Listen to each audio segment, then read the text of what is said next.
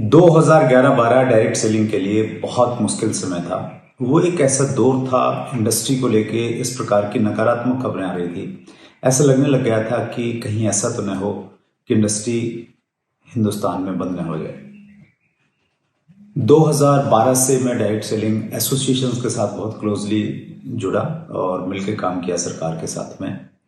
हम लगातार consumer affair ministry के संपर्क में रहे। वहाँ बहुत सारे सचिव आए, बदलते चले गए और फाइनली 2016 में एक ऐसे सचिव महोदय आए जिन्होंने डायरेक्ट सेलिंग इंडस्ट्री में एक नई ऊर्जा दी, एक आशा की नई किरण दी और उनका नाम था हेम पांडे सर। उन्होंने उस काम को जो हर कोई डिले कर रहा था, हिचक रहा था डिसीजन लेने में, डायरेक्ट सेलिंग की गाइडलाइंस देने में, उन्होंने मंत्री महोदय को मनाया और फाइनली 9 सितंबर 2016 को उन्होंने डायरेक्ट सेलिंग की गाइडलाइन रिलीज की, जिसकी वजह से इंडस्ट्री में एक पॉजिटिव माहौल आया। और आंकड़े ये बताते हैं कि 2016 के बाद में डायरेक्ट सेलिंग इंडस्ट्री बहुत तेजी के साथ में आगे बढ़ रही है। 28 दिसंबर 2021 को डायरेक्ट सेलिंग के रूल्स आ गए। 21 जून 2023 को रूल्स में अमेंडमेंट्स आ गए और अभी एक बहुत पॉजिटिव इन्वायरमेंट हम चारों तरफ डायरेक्ट सेलिंग इंडस्ट्री को देख रहे हैं। लेकिन इसकी शुरुआत अगर किसी एक व्यक्ति ने की तो वो थे हेम पांडे सर। पूरी इंडस्ट्री उनके प्रति कृतज्ञ है। अंतर्राष्ट्रीय महिला दिवस पर 8 मार्च को दिल्ली के इंदिरा गांधी स्टेडियम में एक बहुत शानदार प्रोग्राम आयोजित किया गया, जिसमें देश के 2 बड़े मंत्री, महिला एवं बाल विकास मंत्री स्मृति ईरानी जी और हमारे मंत्री यानी consumer affair ministry Piyush Goyal ji उस कार्यक्रम में पधारे। उसमें हेम पांडे सर का भी एक स्पीच था। तो ये इस स्पीच को हम लोग सुनते हैं पूरी कृतज्ञता की भावना के साथ में और हेम सर को धन्यवाद देते हुए इस स्पीच को सुनते हैं। विशेष करके जो लोग डायरेक्ट सेलिंग के साथ जुड़े हुए हैं, नेटवर्क मार्केटिंग करते हैं, उन सबको आज यहां देख के सबसे ज्यादा गर्व और आनंद मुझे हो रहा है।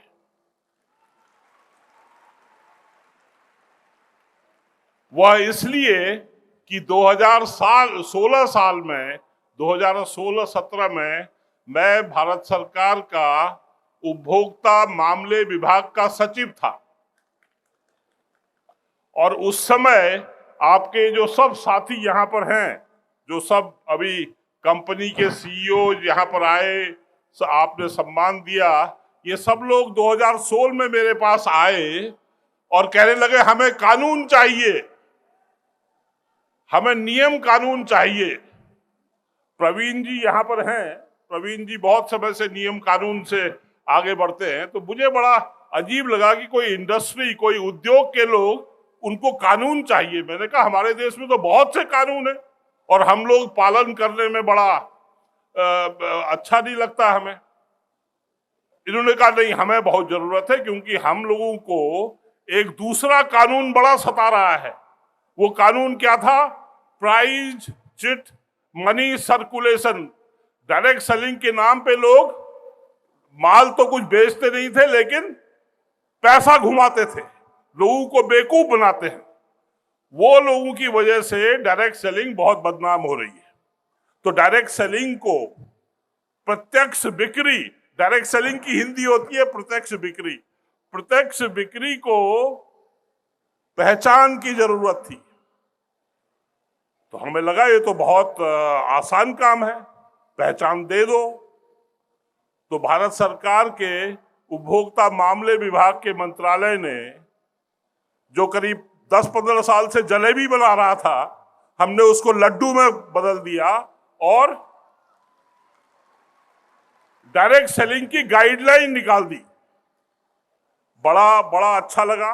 और आज जब मैं पूरा हॉल इंदिरा गांधी स्टेडियम भरा पूरा देख रहा हूं महिला नारी शक्ति से, मुझे बहुत आनंद इसलिए आ रहा है कि 2016 में जो हमने किया वो बहुत अच्छा काम किया।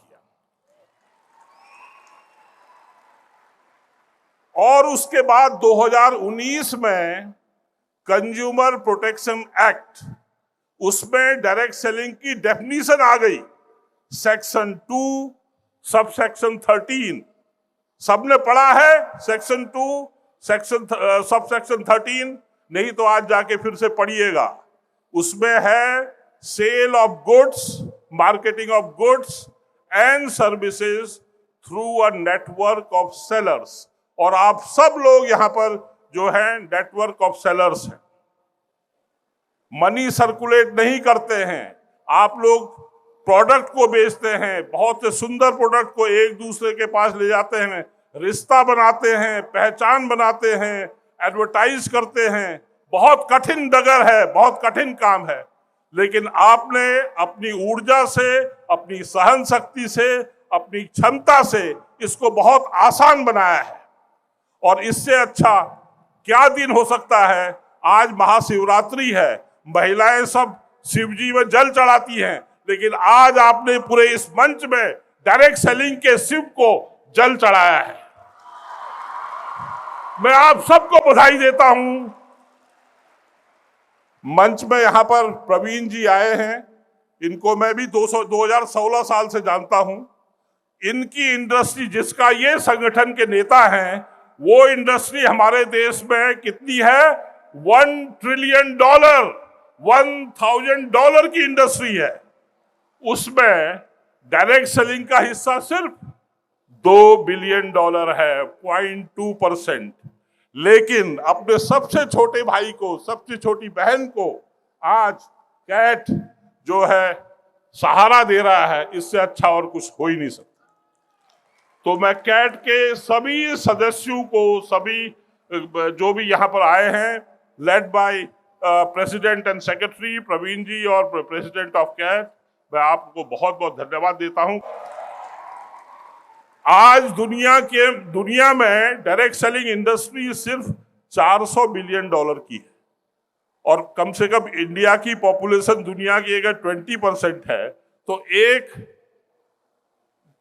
1/5, 5 में से 1 हिस्सा भारत का होना चाहिए था, वो नहीं है। लेकिन आज आपको देख के लग रहा है कि ये होगा, ये होके रहेगा।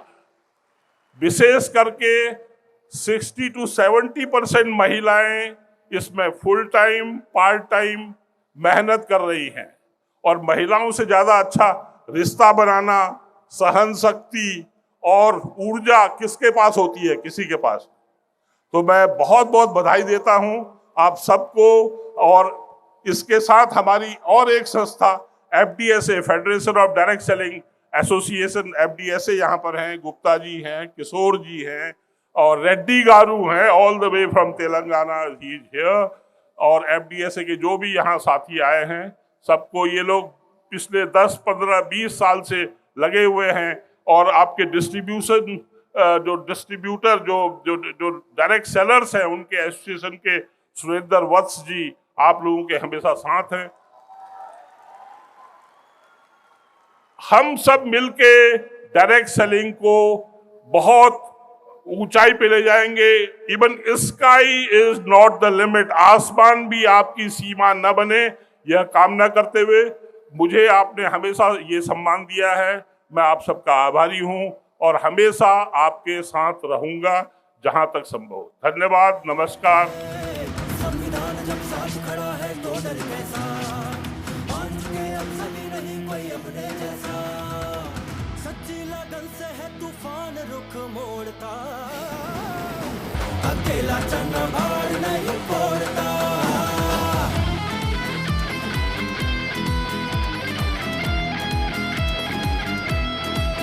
CWSV मंच हमें आवाज है देता, डायरेक्ट सेलिंग विश्व पटल पर बने विजेता। CWSV मंच हमें आवाज है देता, डायरेक्ट सेलिंग विश्व पटल पर बने विजेता। ऐसे क्षण में सोच अगर तू मौन धरेगा, भारत को मजबूत बता फिर कौन करेगा, विश्व गुरु बनने से फिर कौन तुझे रोकता। अकेला चन्ना, अकेला चन्ना, अकेला चन्ना भाग नहीं फोड़ता।